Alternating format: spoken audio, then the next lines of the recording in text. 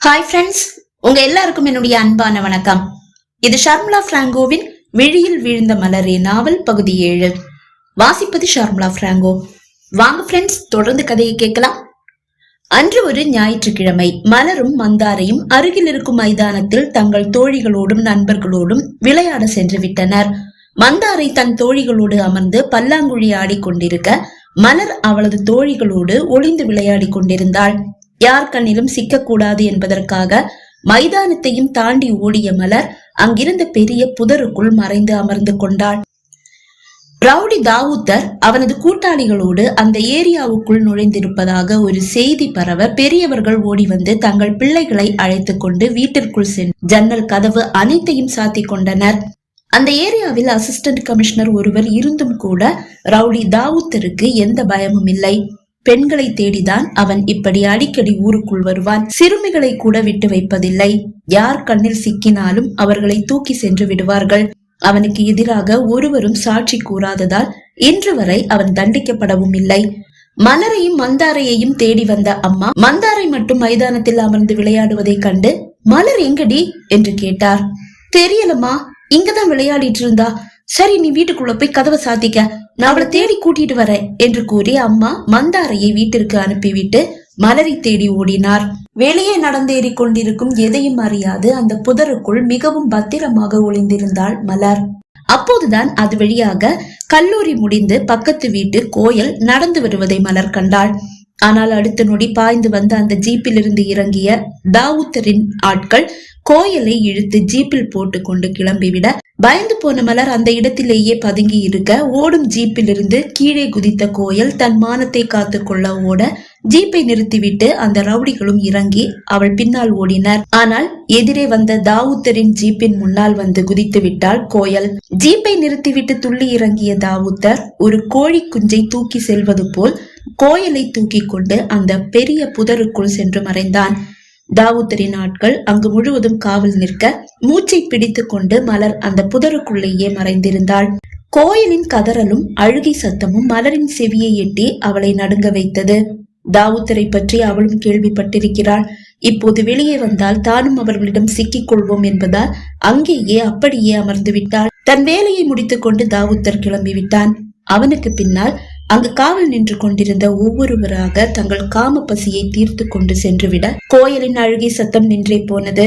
ரவுடிகள் அங்கிருந்து சென்ற பிறகு அதை உறுதிப்படுத்தி கொண்ட மலர் அழுதபடியே அந்த புதருக்குள்ளிருந்து எழுந்து ஓடி வர, அவளை தேடி அலைந்த அம்மாவின் கண்ணில் சிக்கினாள். அழுதபடியே ஓடி வரும் மலரை வாரி அணைத்துக் கொண்ட அம்மா, என்னடி, என்ன ஆச்சு, ஏன் அழற என்று கேட்க, அந்த புதரை நோக்கி கையை மட்டும் நீட்டினாள் மலர். அங்க என்ன என்று அம்மா கேட்க, அவள் அழுதபடியே கையை மட்டும் நீட்ட, சரி நீ இங்கே இரு, என்னன்னு போய் பார்த்துட்டு வரேன். அம்மா ஓடி வந்து பார்க்கும் போதுதான் கோயில் அந்த புதரின் இடையில் இறந்த நிலையில் கிடப்பதை கண்டார். பயந்து போனவர் ஓடி வந்து கோயிலின் வீட்டிற்கு தகவல் கொடுத்த கையோடு வீட்டிற்கு தேவையான சில பொருட்களை வாங்குவதற்காக வெளியே சென்றிருந்த அப்பாவையும் அழைத்து தகவல் கொடுத்தார். அப்படியா, நீ ஒண்ணு பண்ணு, மலர்கிட்ட இத பத்தி யார்கிட்டயும் மூச்சு விட வேண்டாம்னு சொல்லு. உன்கிட்ட விசாரிச்சா மலரை தேடி வரும்போது புதருக்கு பின்னாடி கோயிலை பார்த்ததா சொல்லு. வேற எதையும் நீயும் உளறி வச்சிடாத. ரொம்ப குறிப்பா சக்திவேல் சார் வீட்டுக்கு மலரை அனுப்பாத, சக்திவேல் சார் கிட்ட எதையும் சொல்ல வேண்டான்னு அவளுக்கு சொல்லிவை.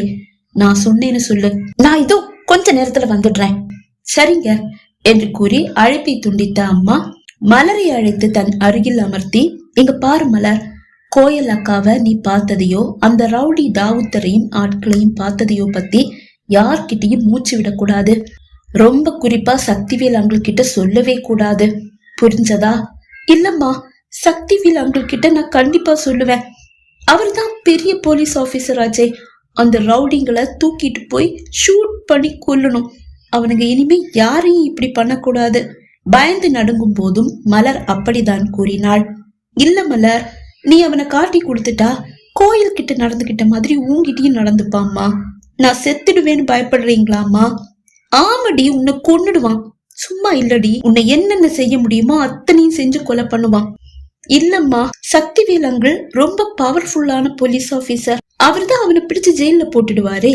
அப்படி இருக்கும்போது அவன் வந்து எப்படி என்ன கொலை பண்ண முடியும்? ஏய், சொன்னா புரிஞ்சுக்கோடி. இல்லம்மா, கோயில் அக்கா பாவம், அவங்க அழுற சத்தம் என் காதுல வந்து விழுந்தது. ஓடி போய் அவங்கள காப்பாத்தணும்னு ஆசையா இருந்தது. ஆனா என்னால எப்படி முடியும்? அதனாலதான் பேசாம அந்த புதருக்குள்ளேயே ஒளிஞ்சுக்கிட்டேன். சக்திவேல் அங்கிட்ட நான் கண்டிப்பா இந்த விஷயத்த சொல்லுவேன். சொன்னா புரியாதாடி? இந்த விஷயத்த நீ சக்திவேல் அங்கிள் கிட்ட சொல்லக்கூடாது. இனிமே சக்திவேல் அங்கிள் வீட்டுக்கு நீ போக கூடாது. கேட்டா நிறைய எழுத படிக்க இருக்குன்னு சொல்லிடணும். புரிஞ்சதா? என்னம்மா நீங்களே இப்படி பேசுறீங்க? அதற்குள் அப்பா வந்து விட்டார். என்னடி மலர் என்ன சொல்றா? அவ சக்திவேல் அண்ணா கிட்ட எல்லாத்தையும் சொல்லிடுவேன்னு சொல்றா. அப்படியா சொல்றா? அப்பா அவளை அழைத்து தன் அருகில் அமர்த்தி, எங்க பாரு, உன்னை மட்டும் இல்ல, என்னையும் கொன்னுடுவாங்க, அம்மாவையும் கொன்னுடுவாங்க, அக்காவையும் கொன்னுடுவாங்க. ஒரு மணி நேரம் அவளை தன் அருகில் அமர்த்தி அவள் மனதை மாற்றி தன் வழிக்கு கொண்டு வந்து விட்டார் அப்பா. ஆனால் கோயலின் அப்பா அம்மா அழுது புலம்புவதை பார்க்கும் போது மலரின் மனதில் ஒரு குற்ற உணர்ச்சி.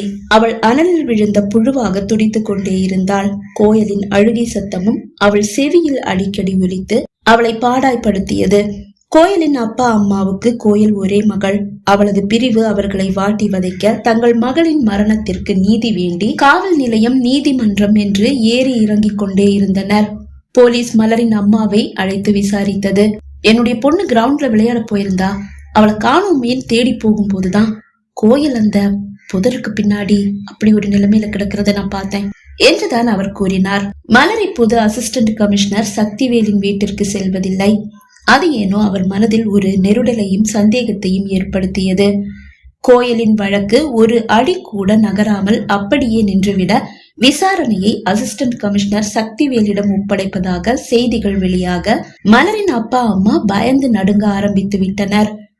ஏன் இப்ப மலர் வீட்டுக்கு வர்றதில்ல என்று பல முறை சக்திவேல் அவர்களிடம் கேட்டும் விட்டார். அவருக்கு ஏதோ சந்தேகம் வந்து விட்டது என்று அவர்களுக்கு புரிந்து போனது. இப்ப என்னங்க பண்றது? சக்திவேல் அண்ணாவுக்கு சந்தேகம் வந்துடுச்சு. அவர் கண்டிப்பா வீட்டுக்கு வந்து மலர் கிட்ட விசாரிச்சா மலர் எல்லாத்தையும் உளறிடுவா. அவ இப்பவே கோயல் அப்பா அம்மா அழறாங்க, கோயல் அக்கா அழுற சத்தம் என் காதுல கேட்டுட்டே இருக்கு, அப்படி இப்படின்னு எதையோ சொல்லி புலம்பிட்டு இருக்கா. அவர் வந்து கேட்டா இவ எல்லாத்தையும் உளறிடுவா. சரி, நீ கவலையை விடு.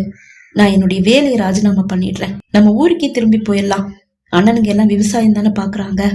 நானும் அந்த தொழிலையே பண்றேன். எனக்கு என் குடும்பம் தான் முக்கியம். வேக வேகமாக தன் வேலையை ராஜினாமா செய்துவிட்டு மலரின் அப்பா தன் குடும்பத்தோடு ஊருக்கு புறப்படுகிறார் என்ற செய்தி சக்திவேலின் செவியை எட்டியது. அவர் சந்தேகம் இன்னும் அதிகமாகிவிட்டது. அவர் நேராக மலரின் வீட்டிற்கே வந்து விட்டார். என்னன்னா திடீர்னு வீட்டுக்கு வந்திருக்கீங்க?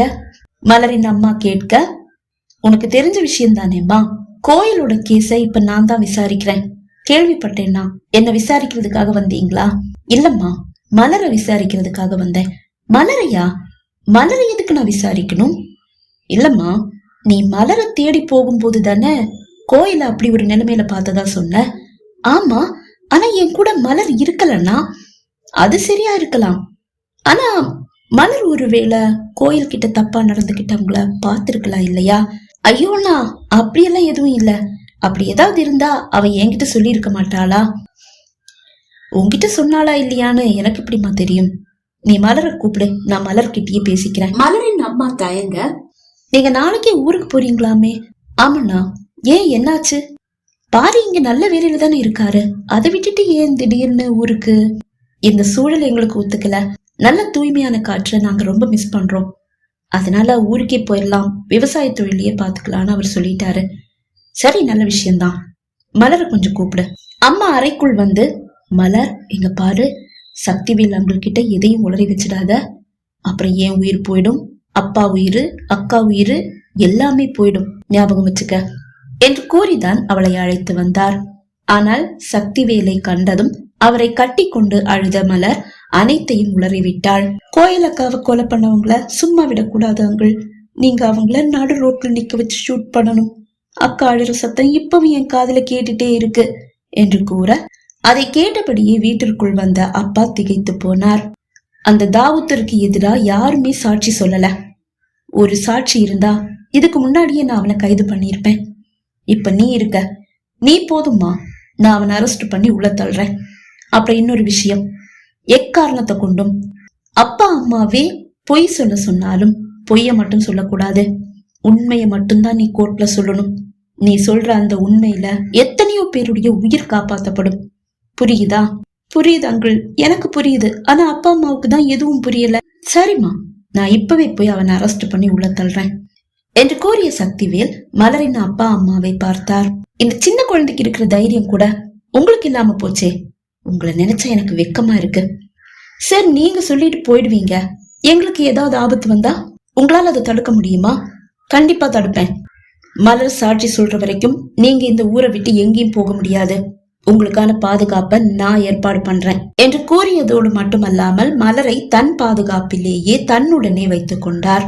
சிறையில் தள்ளப்பட்ட தாவூத்தர் மற்றும் அவனது கூட்டாளிகளுக்கு எதிராக மலர் நீதிமன்றத்தில் சாட்சி கூற முதன்முறை தாவூத்தரும் கூட்டாளிகளும் சிறையில் அடைக்கப்பட்டனர்.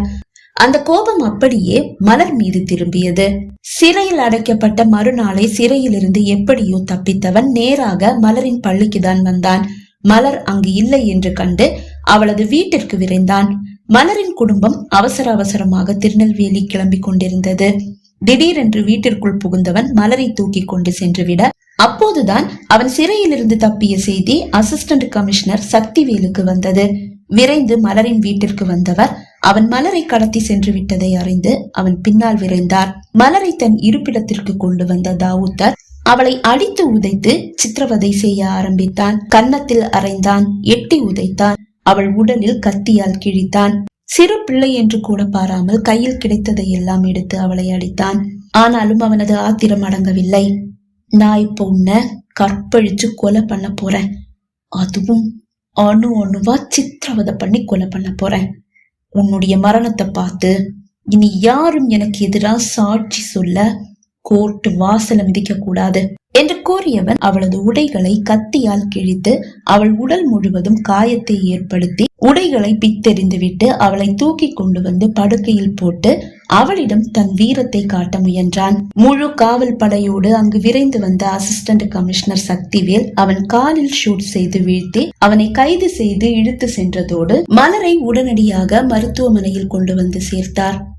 மிகவும் ஆபத்தான நிலையில் 2 வாரங்கள் ஐசியூவிலே இருந்தாள் மலர். அதன் பிறகு அவர்களை பத்திரமாக மும்பையிலிருந்து அனுப்பி வைத்தார் அசிஸ்டன்ட் கமிஷனர் சக்திவேல். அவர் பரிந்துரைப்படி மலரின் குடும்பம் நேராக கோயம்புத்தூர் தான் வந்தது. அங்குதான் மலருக்கு தொடர் சிகிச்சை அளிக்கப்பட்டது. தாவூத்தரிடம் சிக்கி தவித்த அந்த 1 மணி நேரமும் மலரை கீழ்மேல் புரட்டி போட்டு விட்டது. அவள் மனநிலையும் படு மோசமாக பாதிக்கப்பட்டிருந்தது. அதனாலேயே ஒரு 6 மாதம் மனநல மருத்துவரிடம் சிகிச்சை பெற வேண்டிய நிலைக்கு அவள் தள்ளப்பட்டாள். அந்த சிகிச்சையையும் கோயம்புத்தூரிலேயே முடித்துக் கொண்டுதான் பாபநாசம் திரும்பியது மலரின் குடும்பம். அன்றிலிருந்து அவள் அப்பா அவளிடம் அதிகம் பேசுவதே இல்லை. அவளுக்கும் ஆண்களை பார்க்கும் போது ஒரு பயம். அப்பாவை பார்த்து கூட சில சமயங்களில் அவள் அலறி அழுததுண்டு. அந்த நிலையிலிருந்து அவள் மெல்ல மெல்ல வெளியே வர அவள் கண்டுபிடித்த ஒரு மருந்துதான் பாட்டி. அவரிடம் அளவுக்கு அதிகமான உரிமையை எடுத்துக்கொண்டு அவரிடம் சுட்டித்தனத்தை காட்டிக்கொண்டு தன் மனநிலையை சமன் செய்து கொண்டாள் மலர். ஆனாலும் அவள் வாழ்க்கையில் நடந்த அந்த கசப்பான நிகழ்வு ஆண்களின் மீது ஒரு பயத்தை ஏற்படுத்தி விட்டது. அதையும் தாண்டிதான் இப்போது ரிஷியை அவள் காதலித்துக் கொண்டிருக்கிறாள். பகுதி 7 நிறைவடைந்தது. பகுதி 8 உங்களை சந்திக்கும் வரை விடைபெறுகிறேன். நன்றி, வணக்கம்.